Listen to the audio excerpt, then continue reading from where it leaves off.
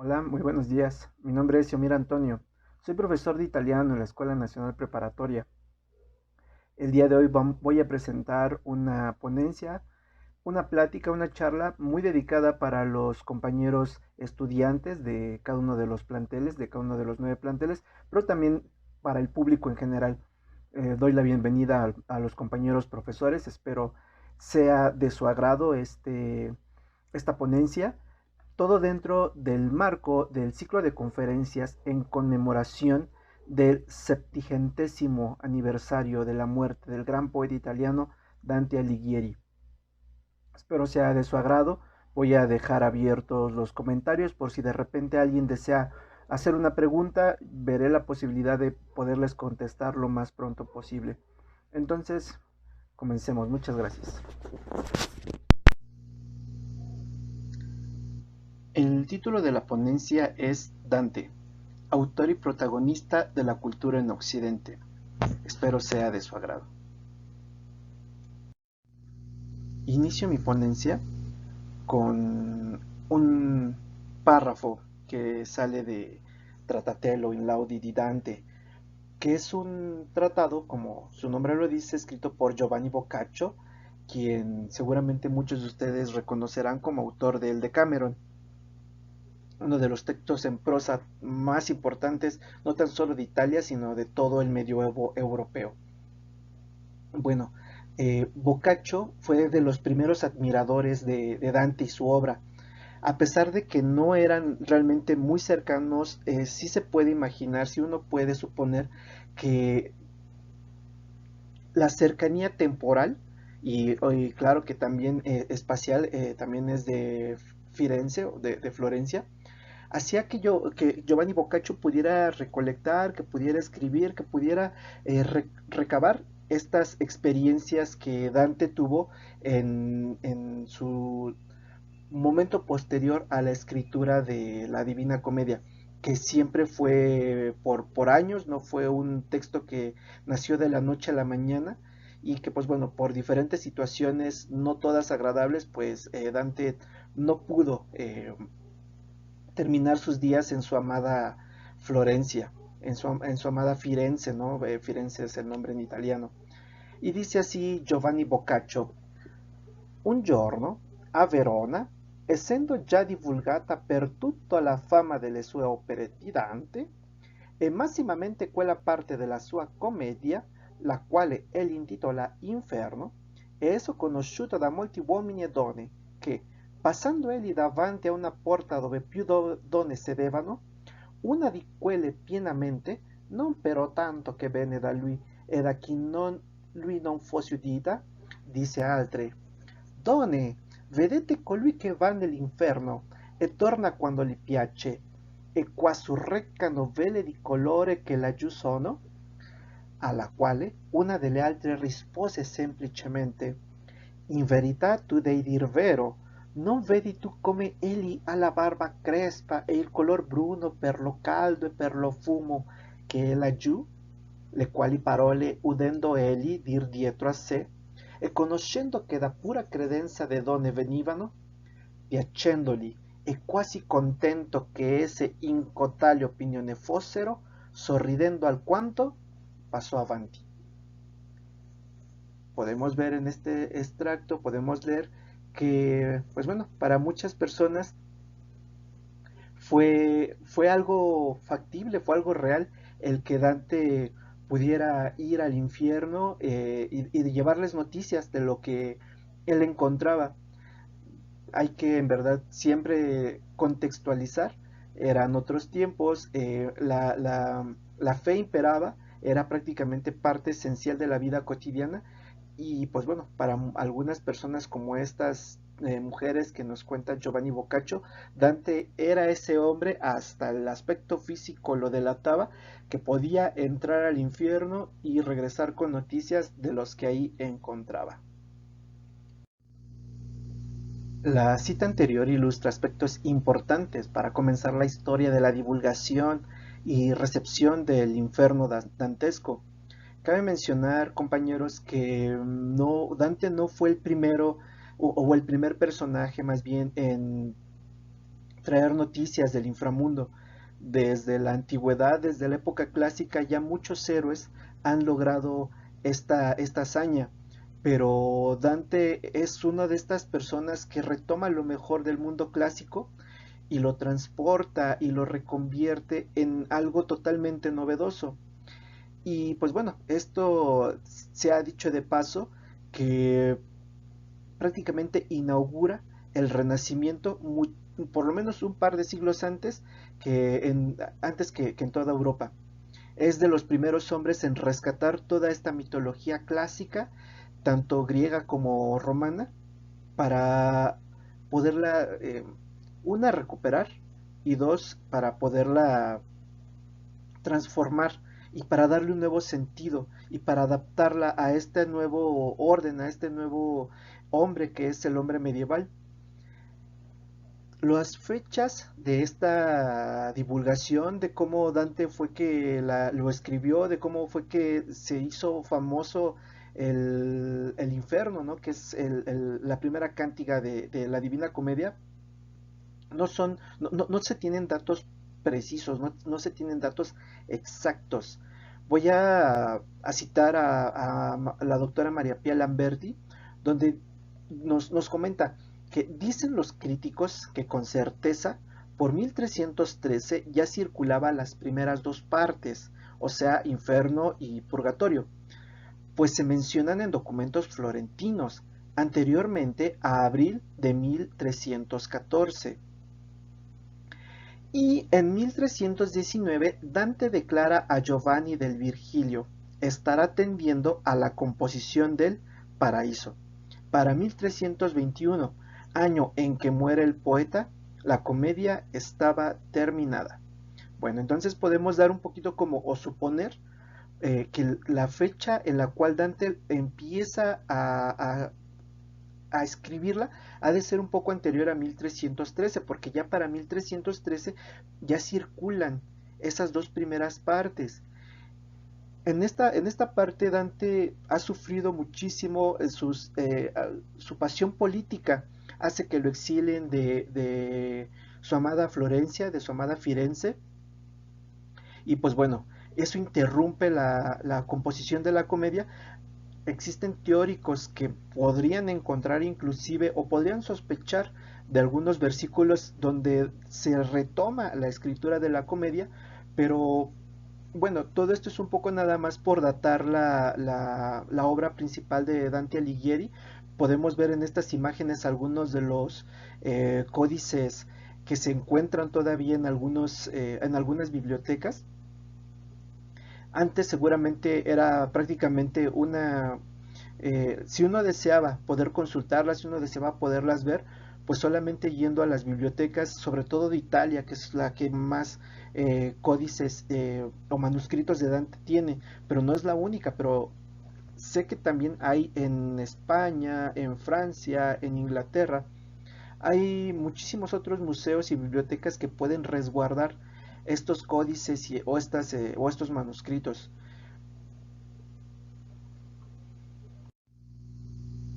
El paso del tiempo con las primeras ediciones, después de los manuscritos y de los códices de la Divina Comedia, casi se puede asegurar que fueron los hijos de Dante quienes tuvieron como por trabajo el transcribir los primeros manuscritos de la Divina Comedia. Se cree o se ha investigado que existen diferentes manuscritos cuyos versos no siempre son todos iguales. O sea, el copista en la época medieval muchas veces podía alterar algún verso, alguna palabra. Entonces se tienen sí algunos manuscritos, pero no todos son exactamente iguales. Hay algunos que tienen mayor autoría y unos que pertenecen a cierto canon, pero bueno, siguiendo esta tracha, como se suele decir en italiano, siguiendo esta línea histórica, pues después de las primeras impresiones, después de los primeros libros ya impresos de la Divina Comedia, recordemos que no es sino hasta el siglo XV que se inventa la imprenta, que empieza ya con este nuevo modelo de entender un texto, se fue haciendo cada vez más popular. Entonces llega el momento de tal conocimiento de seguramente prácticamente toda Italia, que del texto influye para diferentes aspectos culturales y artísticos. En el caso de la pintura, podemos leer que muy pronto la Divina Comedia trascendió las páginas literarias. Numerosos artistas han sido inspirados por la poesía de Dante. La tradición de ilustrar los pasajes de la Divina Comedia viene casi desde la primera aparición de la misma. Para nombrar algunas de las más representativas ediciones que han aparecido ilustradas, se tendría que comenzar por los artistas del Renacimiento, Sandro de Botticelli, pero también se podría hablar acerca de Michelangelo. Michelangelo nosotros lo recordamos, el gran Miguel Ángel, como el artista que hace los frescos de la Capilla Sixtina. Ustedes recordarán, seguramente pueden buscar en Google, pueden buscar en internet mientras estamos platicando qué es lo que hizo Michelangelo en la Capilla Sixtina. Es una de las obras tal vez más conocidas en todo el mundo. Pues bueno, existen diferentes estudios donde se puede asegurar que Dante y la Divina Comedia, y seguramente el Inferno, es la gran influencia que tiene Michelangelo para el Giudizio Universale, que es la imagen que estamos viendo eh, en esta plantilla. Hay estudios que van desde lo simple hasta lo más profundo, en el cual se puede denotar todas las correspondencias que tiene Miguel Ángel con la Divina Comedia, con la parte del infierno.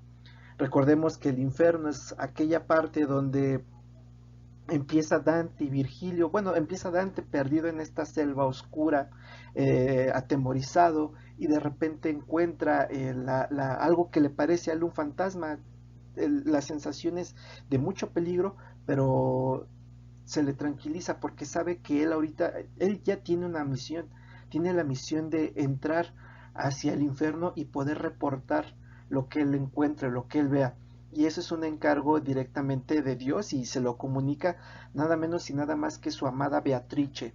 ¿Quién va a ser su guía? Su guía va a ser Virgilio, el gran autor latino que escribió la Eneida. Y en la Eneida podemos recordar que Eneas también tiene su descenso al inframundo.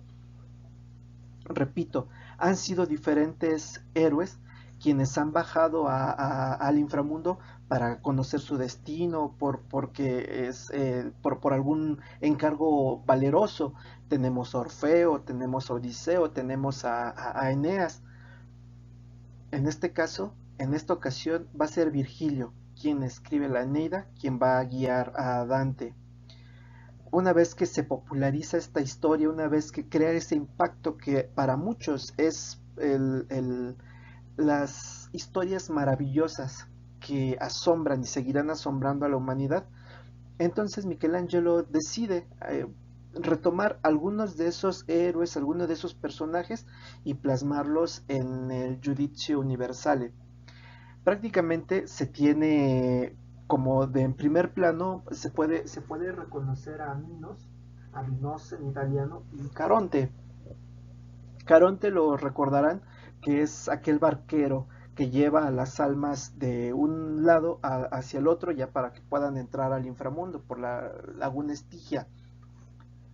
Dante los retrata no como dioses, no como semidioses como están en la literatura o en la mitología griega, sino como demonios. Eso es lo que hace tan interesante los personajes de la Divina Comedia. Algunos son retratados de la realidad tal cual y otros son modificados. Y muchos son traídos de todas las mitologías que nos podamos imaginar, sobre todo, repito, griega y latina, para poder entender este mundo medieval, para podernos reconectar esta parte tan interesante del Renacimiento, reconectarnos con el pasado. La pintura es uno de las artes que más van a representar la Divina Comedia. Claro que hay otras artes que en su momento también fueron importantes, pero la pintura yo creo que es de las expresiones artísticas más bellas porque retoma todos los pasajes, todas las aventuras, toda el andar de Dante por el infierno, por el paraíso, y lo lleva y lo plasma de una manera bellísima. Desde sus primeras ediciones, desde sus primeros manuscritos, ya vienen ilustrados y eventualmente con el paso de los siglos, ese interés no menguó, sino todo lo contrario, se volvió muchísimo más interesante con la evolución de la pintura.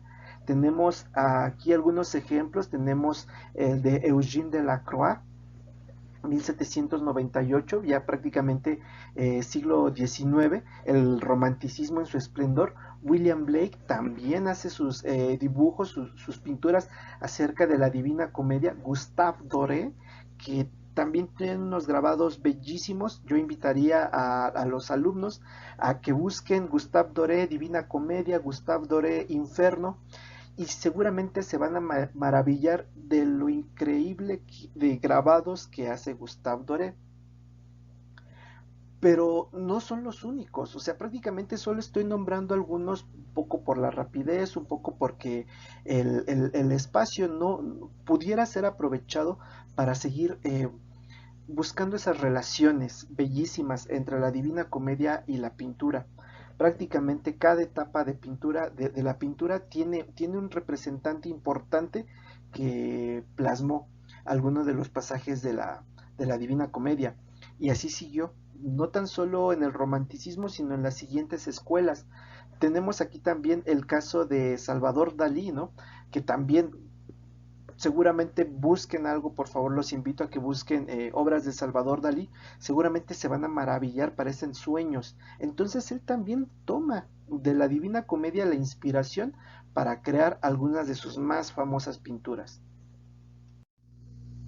La recepción de la comedia no solamente fue entusiasta entre los artistas pictóricos, también fue motivo de emoción para los mismos escritores.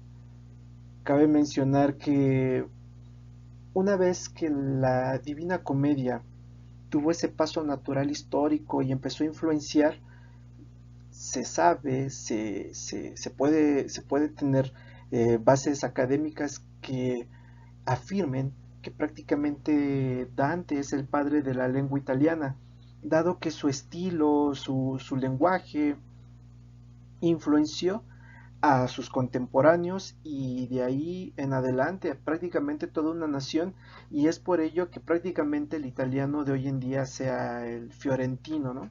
El florentino de la época de Dante Alighieri. Claro que ha evolucionado, claro que no es el mismo, pero sí tiene esta base y sí tiene como prácticamente como base, como pilar, la Divina Comedia y pues obviamente a su creador, Dante Alighieri. Y sigue influenciando no tan solo italianos, sino se desborda su popularidad. Y pues aquí tenemos otro ejemplo. Vamos a hacer un lado, aunque claro que será difícil, vamos a dejar a un lado toda la parte bella de las pinturas y las esculturas y de todo eso extra o metatextual. Vamos a regresar a la parte donde los escritores con el paso de los siglos leyeron a Dante y vamos a ver qué encontraron. Vamos a fijarnos en el valor literario de la Divina Comedia. Dice: los románticos del naciente siglo XIX fueron entusiastas en percibir en esta obra medieval algo más. Para empezar, veamos lo que opinaba Friedrich Schlegel. Abro paréntesis para recordarles que Friedrich Schlegel fue nada menos que el padre del romanticismo alemán.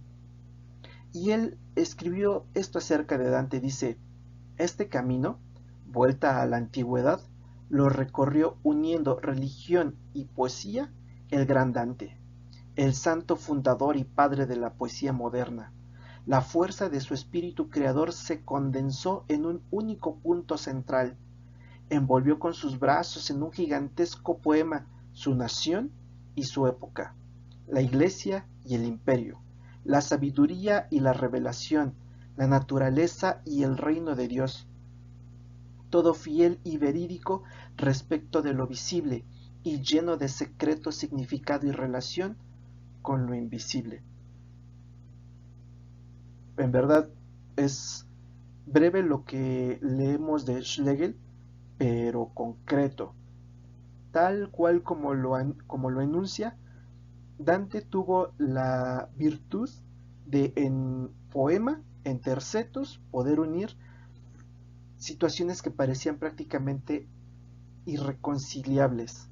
El imperio, la iglesia, la nación, la naturaleza, los personajes ficticios, los personajes reales, todos conviviendo armónicamente, geométricamente en este espacio que Dante imaginó, que Dante planeó.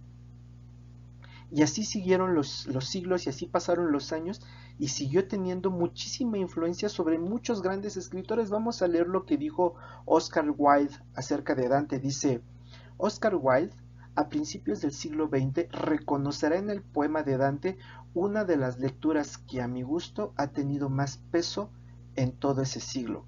Dice, la tortura de aquel gibelino se hace por un momento nuestro. A través del aire purpúreo y sombrío vuelan aquellos que han teñido el mundo con la hermosura de su pecado. Cosas tremendas nos aguardan, y a ellas vamos, en las vestiduras de Dante, con su mismo corazón, y temblando salimos del infierno, a contemplar de nuevo las estrellas. Otra gran definición, otro gran aporte, con esa sensibilidad que seguramente muchos de ustedes que han leído a Oscar Wilde saben que es de los grandes escritores del siglo XIX, de la época victoriana. También encontró en Dante este identificarse con un personaje que teme, que siente que se desmaya, muchas veces se desmaya del miedo, se desmaya de la piedad, del dolor de ver a los castigados, de cómo es que los enamorados por haber sucumbido a su deseo ahora serán por la ley del contrapaso. Eso es una ley que Dante inventa, que Dante crea para el infierno y para el purgatorio. Se peca de una manera muy en el mismo sentido, pero a contrapaso será el castigo. Si usted se dejó llevar por su pasión, en castigo, ahora no tendrá más que como destino eterno el ser azotado por una búfera infernal, por un tornado, por un torbellino. De ahí solamente dos personajes van a estar siempre juntos, que es Paolo y Francesca. Googleen Paolo y Francesca, obras de arte, y seguramente les va a desplegar su teléfono o su internet una cantidad bellísima de pinturas. Y de historias. De Pablo y Francesca se han hecho películas, sigue siendo algo bello y algo triste al mismo tiempo. Y seguramente con este andar de Dante, internándose poco a poco en el infierno y dándose cuenta de aquellos traidores políticos, de aquellos traidores contra la natura, de aquellos traidores, los grandes traidores en la historia, que según el concepto de valores de Dante, porque también aprendemos y reconsideramos valores. Es bello, es interesante ver cómo es que una obra de arte, en este caso un texto, un poema, puede suscitar la consideración inclusive hasta filosófica en muchos de nosotros. Siguiendo con el análisis de los grandes escritores que fueron impactados por la Divina Comedia, por la Cántica del Infierno, por la vida de Dante Alighieri, tenemos uno de los más importantes escritores de todas las épocas, un clásico contemporáneo, Jorge Luis Borges, cuya erudición la podemos encontrar tanto en sus poemas como en sus textos en prosa, cuentos y en este caso ensayos. Borges escribió un libro titulado 9 ensayos dantescos, y esto también es importantísimo para nuestros jóvenes universitarios. que sepamos que siempre van a haber niveles de lectura, claro, dependiendo del autor, dependiendo del libro, pero por lo general sí se puede encontrar niveles de lectura en cuanto a profundidad. Podemos tener la lectura más inocente y, como en este caso Borges, empezar a crear toda una serie de ensayos, de ponernos nosotros a considerar algún aspecto que nos llame muchísimo la atención del libro en cuestión, del libro que estemos leyendo. Yo recomendaría muchísimo que, llegado el momento, todos nuestros alumnos, todas las personas que así también lo deseen, no se pierdan la oportunidad de conocer la profundidad de los textos. Sí puede ser de un texto dantesco, sería bellísimo porque estoy seguro que les va a revelar muchísimo, pero también de cualquier otro gran autor del pasado, de los grandes clásicos. Estoy seguro que van a encontrar misma belleza en Dostoyevsky y en Shakespeare y en Goethe y en muchísimos otros grandes escritores, porque la crítica literaria ha puesto su mirada, ha puesto su erudición en los textos de estos grandes escritores. En el caso de Borges, maravillado por cómo Dante crea la Divina Comedia, él dice que no existe metáfora vana, que ninguna palabra está por demás, ninguna palabra está sobrada. Todo tiene una precisión matemática y es verdad. Es uno de los ejercicios tal vez de los más inmediatos para muchos de los jóvenes e inclusive para muchos de los estudiantes de la universidad, que se pongan a contar cuántas sílabas tiene cada uno de los tercetos. Entonces nos daremos cuenta que la precisión matemática es aún más sorprendente por la rima, por la metáfora y por lo que significa.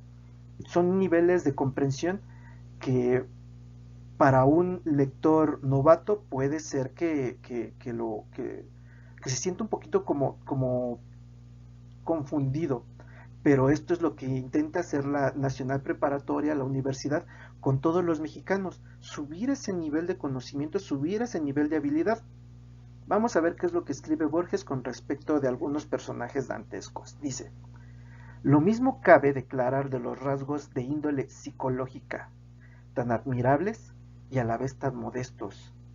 De talos rasgos esté como entretejido el poema, citaré algunos. Las almas destinadas al infierno lloran y blasfeman de Dios. Al entrar a la barca de Carón, su temor se cambia en deseo y en intolerable ansiedad. De labios de Virgilio oye Dante que aquel no entrará nunca en el cielo. Inmediatamente le dice maestro y señor, ya para demostrar que esa confesión no aminora su afecto, ya porque, al saberlo perdido, lo quiere más. Dante, el Dante autor, el Dante escritor, elige al poeta de los emperadores, al gran Virgilio, pero el Dante que está acompañado por Virgilio le oye y sabe que Virgilio no podrá entrar al paraíso. Y eso crea siempre ese vínculo, esa unión alumno-maestro. Y dice que es una gran tragedia porque la máxima de un hombre medieval sería el cielo. Es sin duda uno de los logros que se tiene en cuanto a la cristiandad. Toda la época medieval está súper premiada por el sentimiento de fe. Pero en este caso, Dante sabe que su gran maestro no tendrá esa oportunidad y que se va a quedar en el inframundo. Y así encontramos más personajes. Dice: en el negro huracán del segundo círculo, Dante quiere conocer la raíz del amor de Paolo y Francesca. Esta refiere que los dos se querían y lo ignoraban. Solì eravamo e senza alcun sospetto, y que su amor les fue revelado por una lectura casual. Semejante escena, estamos en uno de los círculos iniciales del infierno, y ahí es donde se encuentra a Paolo y Francesca, y Dante quiere conocer del amor, y ellos le dicen que efectivamente eran cuñados, no se daban cuenta que en verdad se gustaban hasta que leen un libro. Yo los invito, mis queridos estudiantes, público en general, que no se pierdan la oportunidad de leer esta gran historia, esta bella historia y triste y trágica de Paolo y Francesca. Por último dice: Virgilio impugna a los soberbios que pretendieron con la mera razón abarcar la infinita divinidad. De pronto inclina la cabeza y se calla, porque él es uno de esos desdichados. Pasiones, pasiones que siempre están acompañando al ser humano y que, bueno, están muy bien retratadas en la Divina Comedia, pero además los críticos literarios, quienes se dedican a analizar las obras las obras literarias, las obras de arte, prácticamente literatura también es un arte. Entonces todos los dedicados a analizar, a estudiar este tipo de obras, nos van a dar más luz acerca de estas grandes obras, de estos grandes clásicos, de estos grandes escritores. Para ir terminando esta plática con los estudiantes de la Nacional Preparatoria, de la importancia y del impacto que ha tenido Dante no solamente en la vida artística, sino también en la vida literaria, tenemos aquí otro gran ejemplo de análisis literario. Aquí tenemos el libro Mimesis de Erich Auerbach, y pues bueno, su título es Mimesis, la representación de la realidad en la literatura occidental. La representación de la realidad. ¿Cómo es que el ser humano en Occidente, entiéndase Europa, América, ha ido entendiendo la creación literaria a partir de grandes modelos? En este libro podemos encontrar en el primer ensayo que los grandes modelos son Homero, y nos pone algunas de los pasajes de la Eneida, no, perdón, de la Odisea y de la Biblia. Prácticamente de esas dos grandes realidades están hechos todas las demás historias. Todo lo que se fue creando a partir de lo que consideramos literatura tuvieron eh, estos dos grandes pilares, estas dos grandes bases. Pero bueno, Auerbach también analiza, tenía que ser porque Dante también ha sido un pilar para toda la literatura occidental. Auerbach analiza más que el sentido, más lo que nos quiere decir, también se pone a analizar la forma. Y él dice que, y se asombra, de que en un breve espacio de unos 70 versos ocurre un triple cambio de sucesos. Son 4 escenas llenas todas de ímpetu y sustancia que suceden atropelladamente. Ninguna de ellas tiene manera exclusiva un contenido introductorio, ni siquiera la primera. La conversación relativamente tranquila entre Virgilio y Dante, que no se ha reproducido. En ella le es presentado a Dante y también al lector un nuevo escenario. El sexto círculo del infierno contiene también un proceso psicológico propio e independiente entre ambos interlocutores. Él está analizando la parte de Farinata y de Cavalcante. Eso lo encontramos en el canto número 8, y a partir del verso 22 hasta el verso 78 dice Auerbach que es una sucesión de escenas una tras otra, todas en verdad también muy interesantes. Aquí Dante también vuelve a temer, también vuelve a sentir miedo. Dice que lo hacen retroceder espantado por las noticias y por la sucesión tan rápida de escenas que se están dando en este canto número 8. También es uno de los episodios que más pintura tienen, y más pinturas, más cuadros tienen. Igual los invito a que empiecen a googlear Farinata, Cavalcante, y seguramente van a encontrar muchísimas obras de arte de estos pasajes. Y bueno, la intención espero se vaya un poco como visualizando, hemos visto cómo es que Dante y la Divina Comedia han influenciado no tan solo la parte gráfica, sino también a todas las demás generaciones, no tan solo italianas, sino internacionales, en cuanto a la creación de un poema. Y el análisis que simplemente no se agota. Cuando no encuentran una situación, encuentran otra, y cuando no es la forma, es el contenido. La influencia del poeta florentino llega hasta México, hasta nuestra más eh, cercana realidad de nuestra máxima casa de estudios. Tenemos justo en pantalla el busto de Dante que se encuentra en la Facultad de Filosofía y Letras de Ciudad Universitaria. Ahí se encuentra el busto de Dante con esa placa que tiene algunos versos del Purgatorio. Y pues bueno, para muchos, incluyéndome, pasaron años entrando y saliendo de la facultad, de mi escuela, y nunca me puse a reparar qué es lo que decía esa placa. No fue sino un poco de tiempo después, cuando por fin pude entrar ya al seminario de Dante, que todo en verdad se iba esclareciendo y por qué de la importancia de estos versos. Se los voy a leer. Dice: Lume vedato a bene ed a malizia, e libero voler, che se fatica nelle prime battaglie col ciel dura, poi vince tutto, se ben si notrica.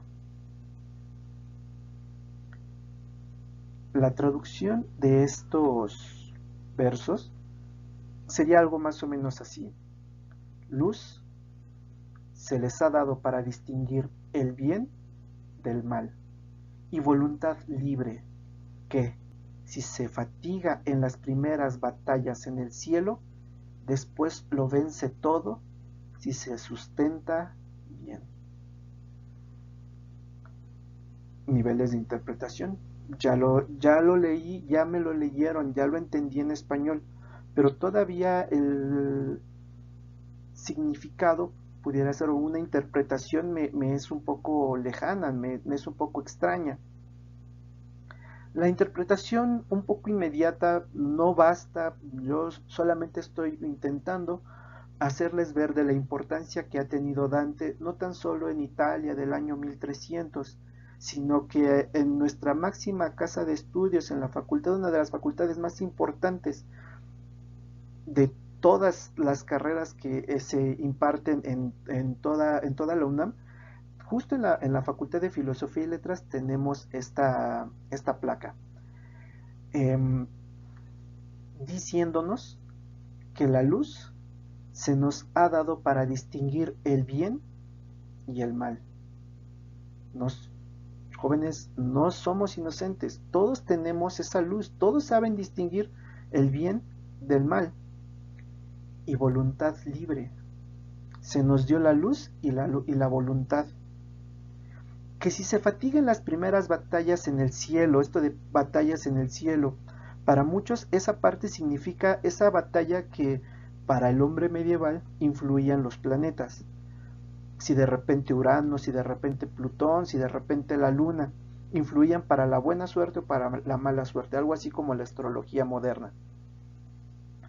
Si este libre albedrío se fatiga en las primeras batallas en el cielo, o contra la mala suerte o contra un mal destino, después se vence todo si se nutre bien, ¿qué cosa? La inteligencia. Si se nutre bien la parte intelectual. Eso es por eso que está esta placa en la facultad. Nos está haciendo una especie de llamado: hey, claro que vas a tener muchísimas batallas, claro que vas a tener muchísimas adversidades, pero ante todo recuerda que si nutres bien tu inteligencia, vas a salir airoso, vas a salir vencedor. Y esa es una de las partes tal vez de las más bellas que tiene el purgatorio.